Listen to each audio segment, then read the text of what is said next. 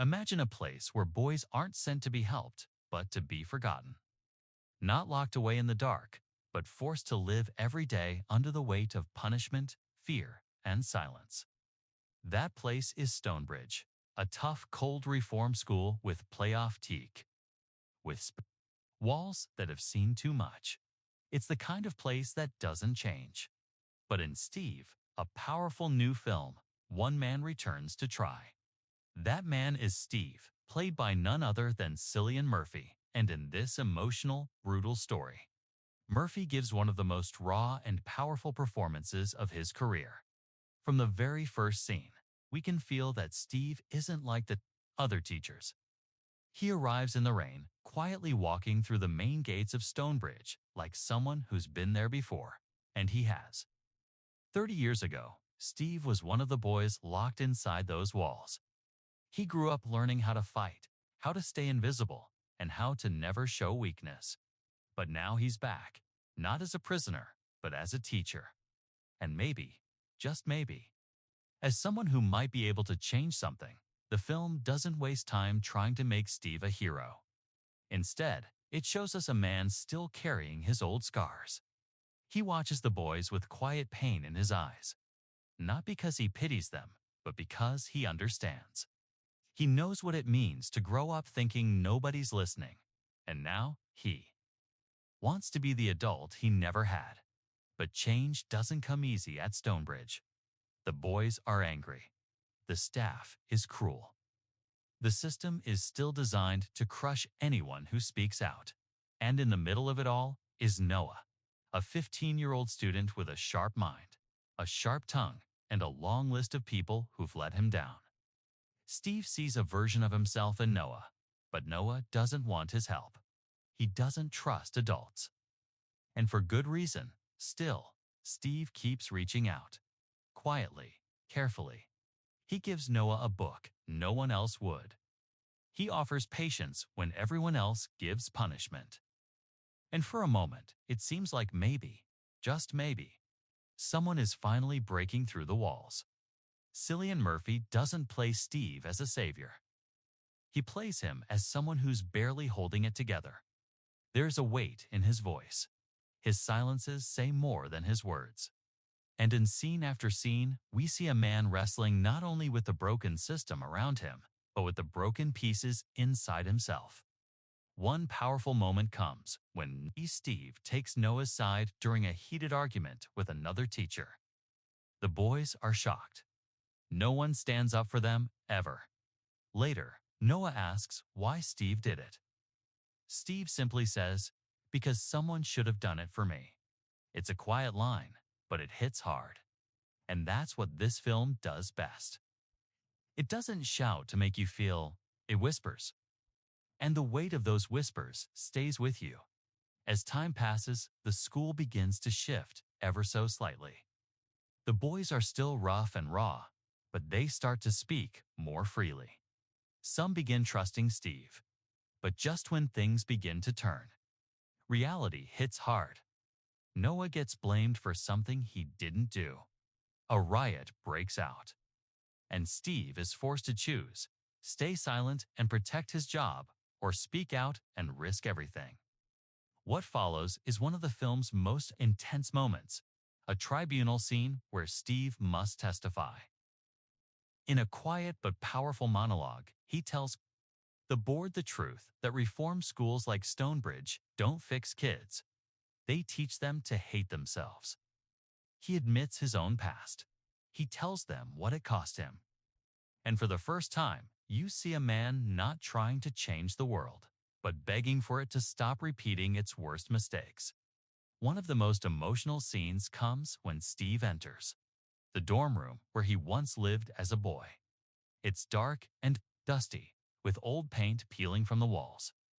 He kneels down, opens a small floorboard, and finds a list of names scratched into the wood.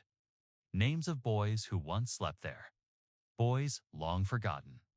He runs his fingers over the names and starts to cry, not loudly, but the kind of quiet tears that come from years of silence. It's heartbreaking and so real. The film's look, its colors, its sound. Its pacing all work together to tell the story without ever needing to explain too much. The past is shown in warmer tones. The present is gray and cold. And there is very little music, just enough to feel the emotion, but never too much to distract from it. Everything feels real, lived in, honest. This is not a movie with a happy ending. It's not about fixing everything. It's about trying, even when it hurts. It's about speaking up, even if no one listens. And it's about one man scarred, tired, and full of guilt, trying to give the next generation something he never got, a chance. And for Cillian Murphy, this role feels like a true turning point. We've seen him play gangsters, soldiers, scientists. But this is something deeper, something quieter, something that reaches into your chest and stays there. Steve isn't just a film. It's a reminder that where we send broken boys matters, that silence can do just as much damage as violence, and that healing, while messy, begins when someone finally says, enough. We left Steve at a breaking point, not in anger, but in the quiet devastation of a man who has run out of ways to fix the unfixable.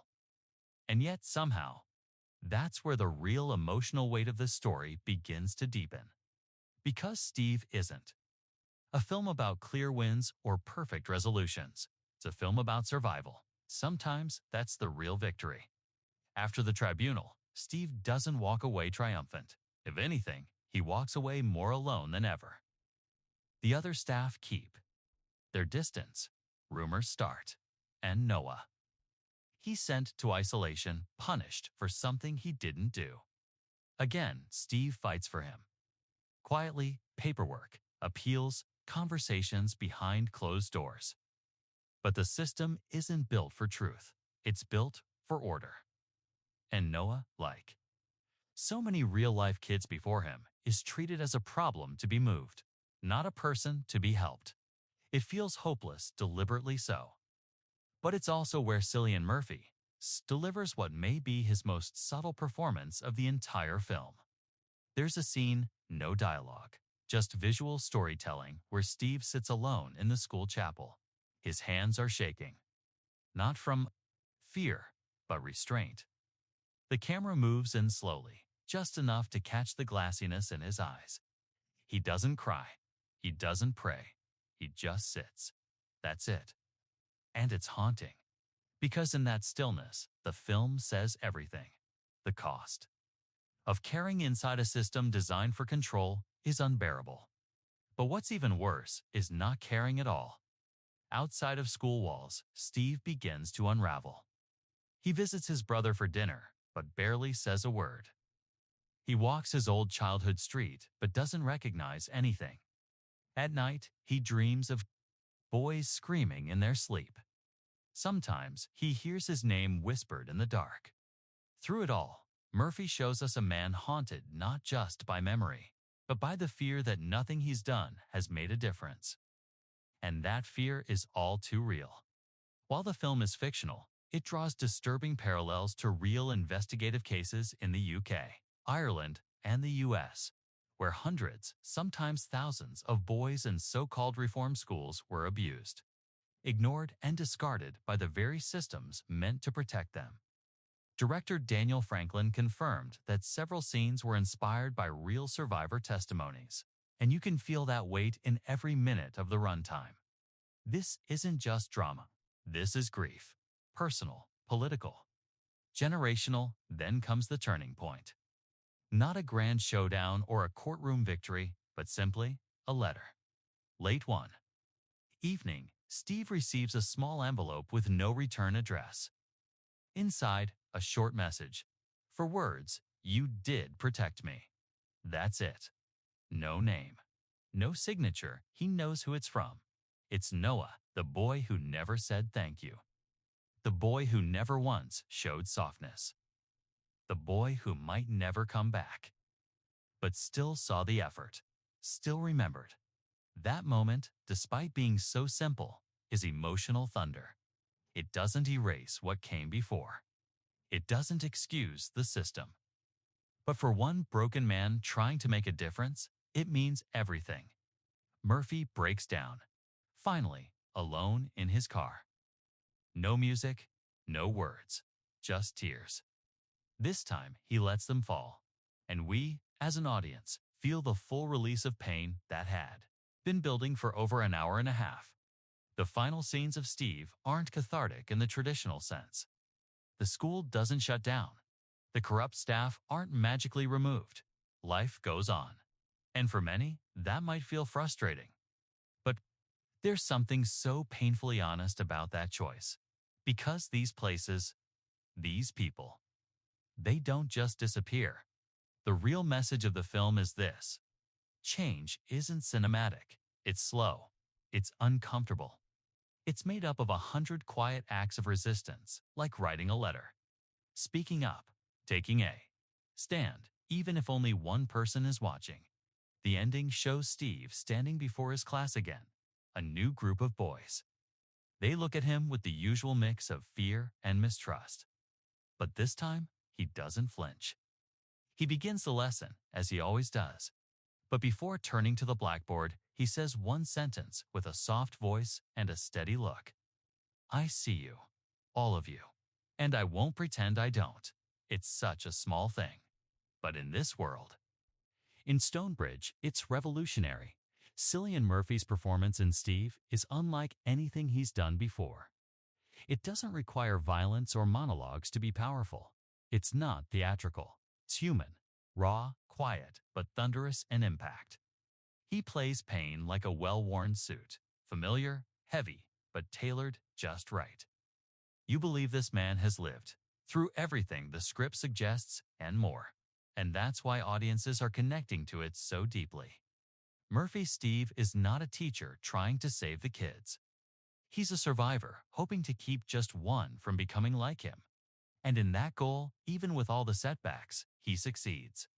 The reception to Steve has been overwhelmingly emotional. Not just critical acclaim, though awards buzz is definitely heating up, but from regular people.